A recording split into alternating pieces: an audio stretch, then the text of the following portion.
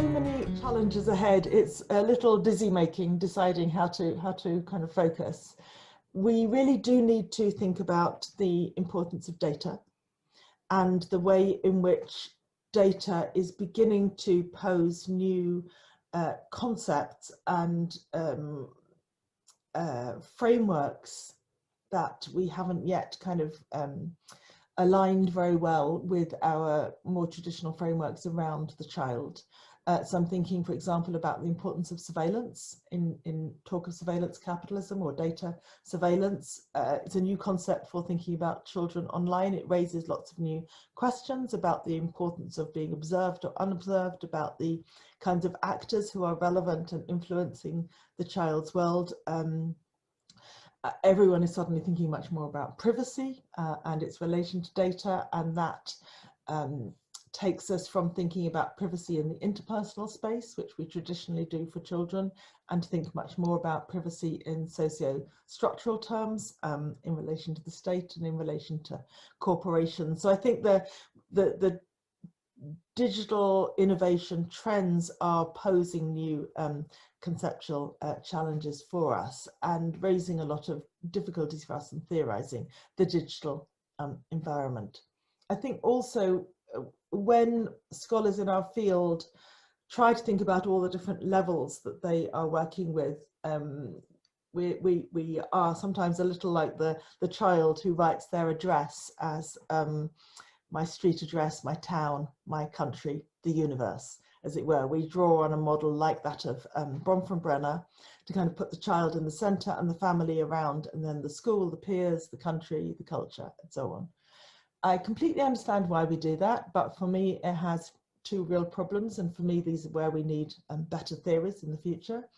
One is that it always puts an individual child in the center and everyone else is kind of reduced to context, rather than recognizing the truly kind of social and relational nature of development.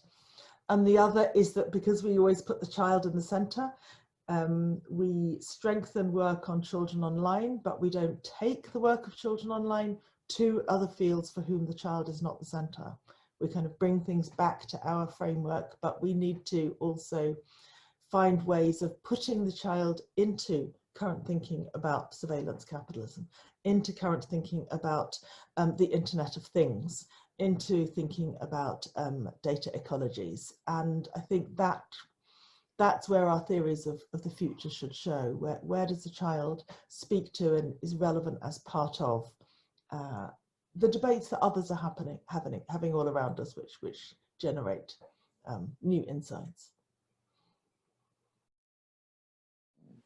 I do think that where we're headed is a world where theories and conceptual frameworks will be getting more complex and systematic. And the analogy that seemed most relevant to me is like the way in which doctors today can input symptoms of a patient into an information management system. And the system then gives them a list of conditions that they should consider.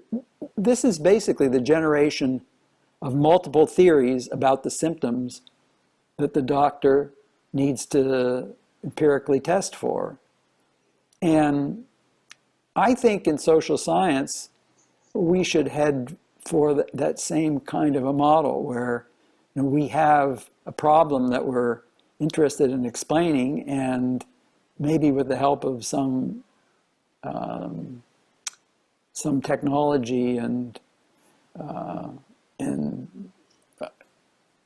that we will be able to generate theories or ideas or factors that we should consider in the explanation that will take us beyond the kind of narrow first thoughts that we would likely have about something based on just simply one theory.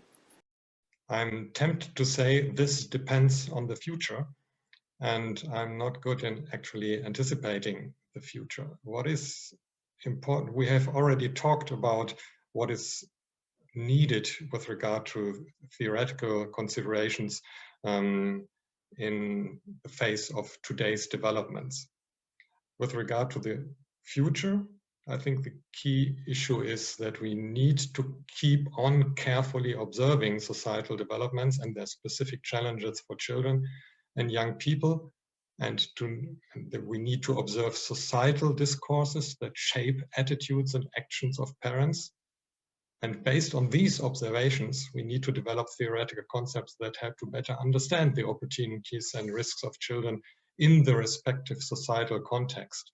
So again, I tend to answer this question with reference to the societal context and how it develops. As we said before, the need for contextual approaches is reflected here. So I could say, yes, we need to further develop all approaches that are able to grasp the relevance of contexts. What do we know about socially useful ways of using the internet for children of different ages? What do we know about how they may or may not be balanced out by negative ways? I think the early concern about addiction to internet use is a subject that like within the last 3 years, Common Sense Media did a review of some of that literature. I wasn't persuaded by it, although it still kind of lurks in the popular press. That I'd like to pursue that concept a little bit better and understand. I'm not saying that some kids aren't addicted, they probably are, but we need much better description of who is and who isn't and why not. And that may be a topic that I don't think that one's going to go away, frankly. I think that one will stay with us as technology use on the part of kids occupies more and more of their daytime life.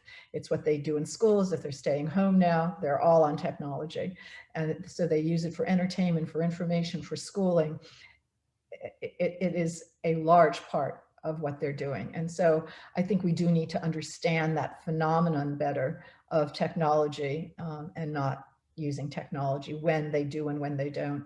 In fact, I suspect that given the context today of what we're living through and how, I'll give an example for me. I live alone. And so, and for weeks on end in the spring, I wasn't in the presence of another human being except online.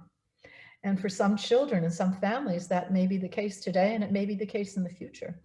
And so how to cope with that? How can we help parents and teachers help children through that? And what impact does it have at different ages? You know, we really don't know.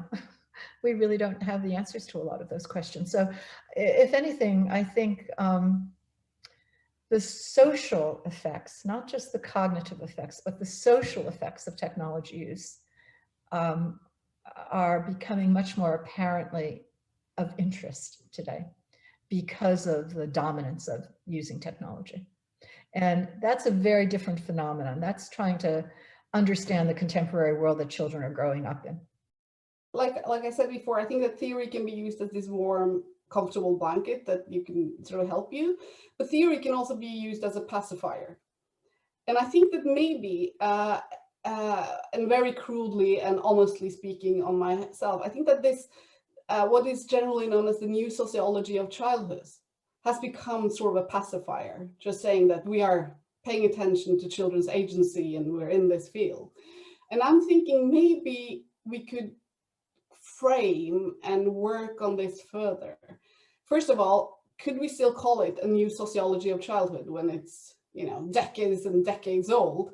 And should we still talk about new media, as we still do, although, you know, it is children who started using internet when they were kids are now actually adults. So is it new, or is it just that we that are old? So I think that maybe we could try to qualify something into having been new into being established and see what we can do with it further, if that makes sense. So this new sociology of childhood, I would like to see what would the future sociology of childhood look like, for instance. And then of course, as a media scholar, I will always say context. We should always work with context. Context is king in my world. So that would be my sort of, that if everybody would look at context, I would be happy. I would read lots and lots of research. So I think that we're yet to imagine the full range of possibilities of digital media for enhancing children's lives. I think we're really yet to grapple with the opportunities that technology brings. So I see a real gap, a real need for us to think and theorize in that direction. Because I think if we don't theorize in that direction, we can easily be paralyzed by fear, and we can make mistakes and miss opportunities and so on. So I do really think there's space for thinking creatively about how we really maximize technology for the future. And to that end, I think there's obviously no simple way to think through what theories we might need into the future. But I think if we are thinking about theories for the future, it makes sense for adults to work with children and to develop those theories together. I think one of the lessons of the work that I've been doing around children's activism is that there needs to be a fairly serious attention to what it is that they're trying to say. And one of the most popular slogans of the Fridays for Future, School Strike for Culture and Extinction Rebellion protesters is change the system. And I really agree with that. I think that there is in the future, we're going to have to think systematically, think in terms of the planet, think not what's this country or this gender or this class or this ethnicity going to need and have to defend itself with, but what does that have as an overall effect for humanity and thence for the planet, for the biosphere and the geosphere as a whole. And we just haven't started asking those questions properly yet. So where to now, planet, ? Is where what we ought to be thinking about next. That's the theory of the future. And children have already started thinking about it. And so I think children are the theorists of the future because they spend their childhood creating communities among themselves around both song and dance on the one hand and political ideas that attract them, not that are received from above. On the other. So they are very active in a citizen sort of way and very active in a cultural sort of way among each other, using digital media across the world without regard to country or class. And quite often not even with regard to language, because pop culture, for example, circulates without any respect for language. Look at BTS, you don't know what they're singing, but everybody in the world loves it. So the first time that we're able to think of ourselves in a planetary environment of connected meanings is exactly where children live. And so I think the theories of the future need to be working in that context with those ideas that are coming through. And those ideas are about climate justice, they're about waste and the uselessness of much of the productive work that we do. And I think there are lessons to be learned there.